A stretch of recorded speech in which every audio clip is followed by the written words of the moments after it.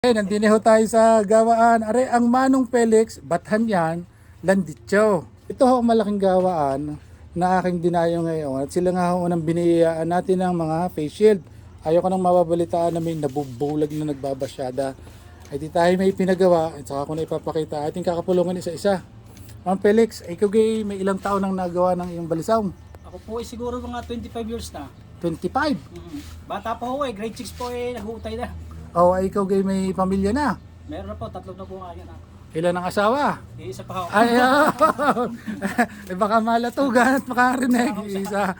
Ay, 25 years na ganyan. Paano ka nagsimula? Anong edad mo na nagsimula? Siguro okay pagka-grade po ng grade 6, ako po ay nanonood nun sa akin tsuhin. Oh. Hanggang sa nakahiligan ko na po gumawa. So, sa 25 years, Manong, ay kanino ka na nakakagawa? Kanino ka nagsusulong?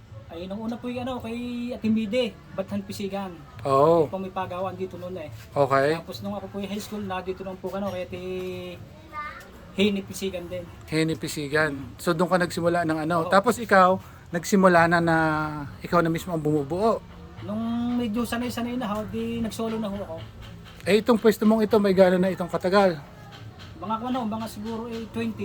20. 20 years. Oo. Aba nga naman. May mga kliyente kang sinusulungan. Marami naman po. Sa ngayon marami pa nang pong kumukuha sa akin. Kanino ka nagsusulong balay? Kay Eli Hiron po. Manong ako, rest in peace sa Manong Ele. Ay ngayon, kanino ko nagsusulong? Wala ng tatay Ele. Ay di doon po sa kanyang asawa kay ate-ate at saka kay Jason po. Kay Joyce Ann. Bukod doon, may Mag-ina po ginagawa. yun. Mag-ina. Yung mag-ina. Bukod sa Hiron, may ginagawang kapag. Minsan minaparito, di naigagawa ho namin paminsan-minsan kahit ilang piraso. Ay mga ilan ang binubuo nyo dito sa isang araw? Nakakailang kayo? Ay pag po kami solo, di dalawang piraso kaya po namin maghapon Special po yun, special. Sa special na. So simulat hanggang dulo, nakakadalawang piraso. Pwede, tapos kaya namin tapusin. Ay may nagpapasadyaga sa iyo ng mga sariling gawa na special. Marami pa naman po, mga napunta dito. Nagsasadya na laang. Ngayon dito sa pagka kayo ay kumpleto ng tropa, ilan ang nagawa sa inyo dito? 3 po kami dito, si Bayo Toto, tsaka po si Parang Junjun. Si Junjun. Ay pagka kumpleto ang tropa, mga makakailang kayo sa isang araw? Mga 6 po, di kagalaw po kami. 6? So 8 diretsong tapos? Tapos po yun. Abay, ayos na naman. So maalin yun, maging regular, maging special, basta 6 kaya? Pwede po, dahil sa mga po trabaho nun Oo. Ang pinagbabasihan lang po presyo. Pag okay. sa special, mahal ang gamit. Okay. So itong gawaan mong ito, ay paano mo ito naipundar Manong? Saan ka nagsimula nito? Ay una ho sa akin kapatid na na pang-apat na babae. Oh. Na sabi niya kung sakaling papasok ka ba o magbabalisaw lang. Dahil pinili ko po yung pagbabalisaw. Ay pagbabalisong na napil. Tamad ho akong pumasok nun Mas madali ang pagbabalisong. Hanggang 4 year lang ho kami. Ay sino ang namuhunan? Ay di nag-start na ho usapan, nag-ipon ako ng konti, bumili ng mga gamit, hanggang sa kompleto na, dire-diretso na ako. Ay ang matatandang gamit na yan, saan mo naman ito nabahagi ang mga yan? Ay sa mga manggagawa rin dito ho na nag-aayawan na, Nabibili na. binibenta naman ang gamit, Nabibili na. binili ko naman. Sa palagay mo sa panahon, alin ang mas malakas ang kita noon o ngayon? Sa wari ko ngayon Mas malakas ngayon. mas maganda ang paglita ngayon. Ibig sabihin, mas madaming bumibili. Oo. Pero may taon na humina rin ang paggawa, di ka? Oo, may nanang, ginaya po kami ng China. Oh, Maraming lumabas na balisong na mumurahin, pero China. China. Kaya humina ang produkto ng aming balisong. So nung lumabas yon parang nanghina yung industriya. Marami na akong tumigil. Mga anong taon yun? Hindi na, Late 97. Late- Late 90s. Late 90s. 99 yan. kaya yung iba tumigil na, nagkagurutan na. Ilan na kaming natira dito. Talagang tumigil na. Kaya yung iba napilitan mag-abroad. Oo, dahil wala nang kinikita Walang kumukuha sa madalit sabi. Oo, wala nang bumibili. Okay. So sa proseso ng paggagawa ng balisong, Ma'am Felix, ano ang pinakamahirap sa palagay mo? Magbasya no? Magbasyada. Bakit mo nasabi yan? Kasi yung unang-una ay delikado Okay. Ganyan yung pwede kang mabulag. Oo. Madali ang kamay mo. Oo. Tapos mahirap talaga kasi persahan mo yan. Pero Dahil ang paggagawa po ng housing, kaya po yan kasi po yun pwedeng dahan-dahan. Oo. Depende po sa dami. Oo. Ay pag magbabasyada, mga ilang kaya mong ibasyada sa isang araw sa lakas ng katawan, mga ilan ang Pag kaya? masyada lang po dire-diretso, kaya po naman ang mga 60. 60 pieces. Hindi po tapos yun, balakbak lang yun. Ay, oo. Yung hindi po pa, wala po yung subo. Wala pang Balakbak subo. lang yun. So, si 60 pieces, dire-diretso kakayanin yun. Pero yun ang pinakamahirap at kalimitang inaayawan. Oo, dahil nga, kaya kakunti yung basyador mahirap. So, Mahirap matutunan. Dito, nagbabasyada ka na rin ng sarili mong talim. Oo, kumpleto na ho yung akin. Mula umpisa hanggang tapos, hindi akin ako kaya na tapusin. Kaya nang tapusin. Okay. Ang mahirap sa pagbabasyada, ano yung pinakamahirap na stage? Bakit mahirap? Ba't mo sinasabing mahirap? Kasi po, tulad ng nakita nyo kanina, kasi po dinidin yung persahan Oo. sa makina. Kaya po hirap ang braso nyo. Pati ikaw nyo, mata nyo, delikado na. So, ang bumibigay talaga yung kamay dahil Ang pagod. malutong, talaga ang masakit. Tapos mainit yung talim na Mainit, binabasyada. mainit pa. Pag nagkamali ka pa ng sausaw, pumapasok pa rin yun. Okay. Sa palagay mo man, Felix, ano yung mga hamon na hinaharap ngayon ng ating industriya at komunidad ng pagbabalisong? Ang kuwang ko lang ho, walang nasunod sa aming manggagawa, kaya parang ilang taon na lang siguro ho ito. Wala nang gustong gumawa o Wala akong nag-aaral na, wala na nag-aaral? kami lang huwari kong huli na. Ay sa ngayon, anong edad mo naman ng Felix? 43 po. 43. Pero wala ka na nakikita mga bagong sibol na gusto Wala mag-aral na katulad nyo. Wala ho.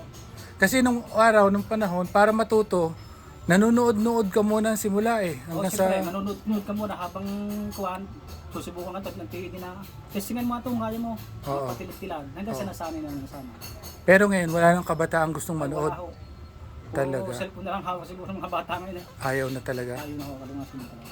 Ay, ikaw, may mapapagpasahan ka ba ng iyong Ay, craft? may anak po akong dalawa, yung problema po ay parang ayaw din humatuto eh. Ay, ayaw Kasi din nila. nag-aaral pa eh. Okay. So, parang sa nakikita mo, parang hindi yun ang pupuntahan nilang ano. Parang hindi na way na para sila anong trabaho, ba siguro gusto nila. Kung aaralin ang paggagawa ng balisong sa palagay mo at merong tagalabas na gusto mag-aral, mga gaano katagal to bago matutunan na magaling na siya? Eh siguro ho, dito ho kahit taga rito ka na sa tunay ho hindi pa rin talaga matutunan ng lahat eh. Talagang ang nangyayari lang ho, bahay lang sila ng bahay. Bahay. Bubuo lang sila ng bahay, iba na magtatapos. Yung basyada, iba na. Iba na hong hipong noon, ibang tao na yun. Ang magsusubuho noon, iba na rin tao eh. Ang magbibilog, iba rin tao. Kasi parang sunod-sunod ho ang trabaho, sunod-sunod ng tao. Mm-mm. Nung unang malaking pagawaan. Mm-mm. Hindi gagaya ng amin ho, kahit maliit, palbasi maliit nga, pwede namin kahit dire-diretso dahil kakunti naman eh. Kaya namin tapusin. So wala ka nakikitang kabataan na napapahilig man lang magtilad, maggawa ng bahayan. Sa ngayon, wala na. Walang gusto talaga na matuto pa. Yun ang nakakalungkot ano. Yun. Dahil pag nawala na at umayaw na rin yung mga senior na artista na katulad nyo, Wala na. maaaring matigil yung industriya ano. Mm. Yun ang nakakalungkot. Ano yung nakikita mo na nagpapahirap sa industriya ngayon? Yung pagmahal ba ng materyales? Nakikita niyo ba na yung problema niyo sa ngayon yan? Yun ho talaga mataas ang materials. Kaya ho medyo mataas ang presyo namin. Mga gaano kalaki ang itinaas kumpara nung before the pandemic? Halos doble, triple pa ho minsan. Ang presyo Oo. ng kuha niyo ng materyales? Tansaw. Sa tanso pa lang tumaas na. Oo, pati talim. Pati Lahat, talim. Mulye. Pagtaas kasi ng mulye, pagtaas din ang presyo ng talim. Yung mga pangapit, tumaas din ba ang halaga ng mga yan? Lahat ho, halos lahat. Nakakakuha pa ba kayo ng sungay na usa sa ngayon? Ay sa amin pong ginagamit, dala-dila. Kung sino may pagawa, sila ang Dala na. Pero hindi na kayo hindi na nakakapamaraka ng Ay, hindi na. sungay. Dati ho na, sa online ho, meron minsan. May nag-online na yung nakukuha namin.